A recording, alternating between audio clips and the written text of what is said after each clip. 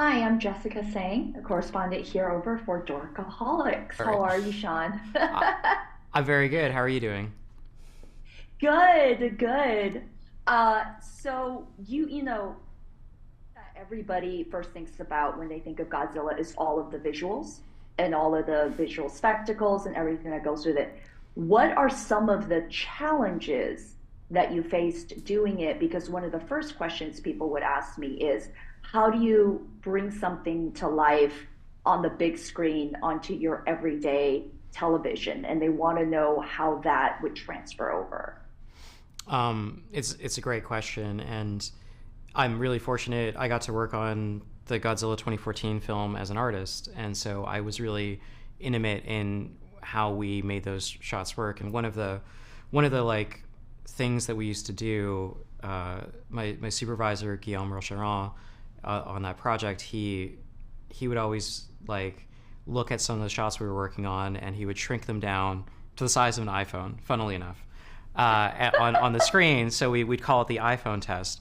And what that would do is it would allow us to say, okay, is this a good composition? Is it legible on a small screen? Because if it's legible on a small screen, then you can blow it up and you can add all the detail you need to add. And so like that's like a lot of how creatively the shots come together. But then on top of that, we're trying to tell a human-sized story from a human point of view. And week to week, we want to follow that human drama, and we want our monster scenes to support that human drama.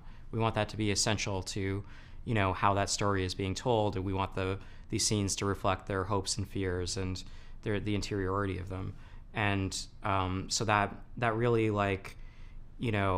that means that we're staying with their perspective functionally. We're not going into these big, wide, objective visual effects shots. We're really telling it from where that subjective point of view. Right. Now, did you have to kind of shift your mindset because you said it also had to follow the human aspects of it?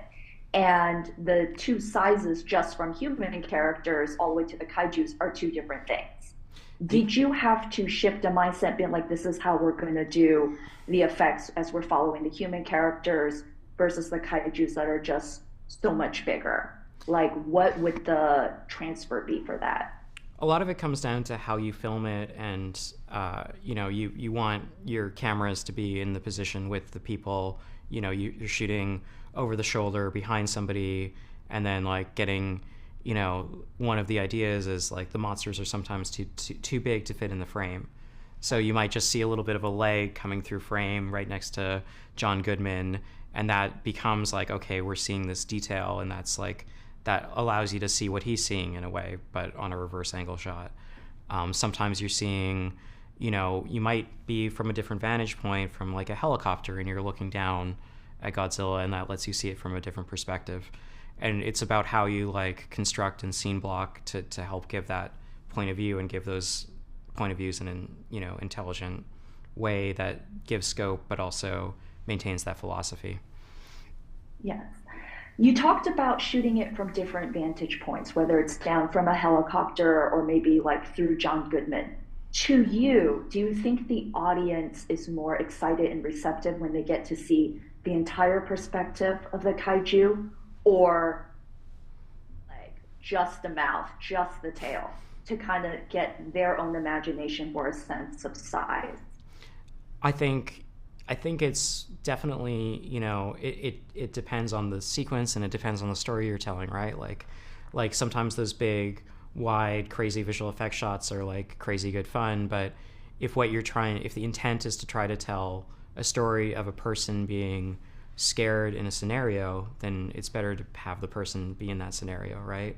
And that's, again, it's so much like Chris Black was really clear with me from the beginning of when we were working on the show that week to week, people aren't going to tune in to see like 2 minutes of monsters. They're going to tune in week to week to see our characters go through these emotional journeys.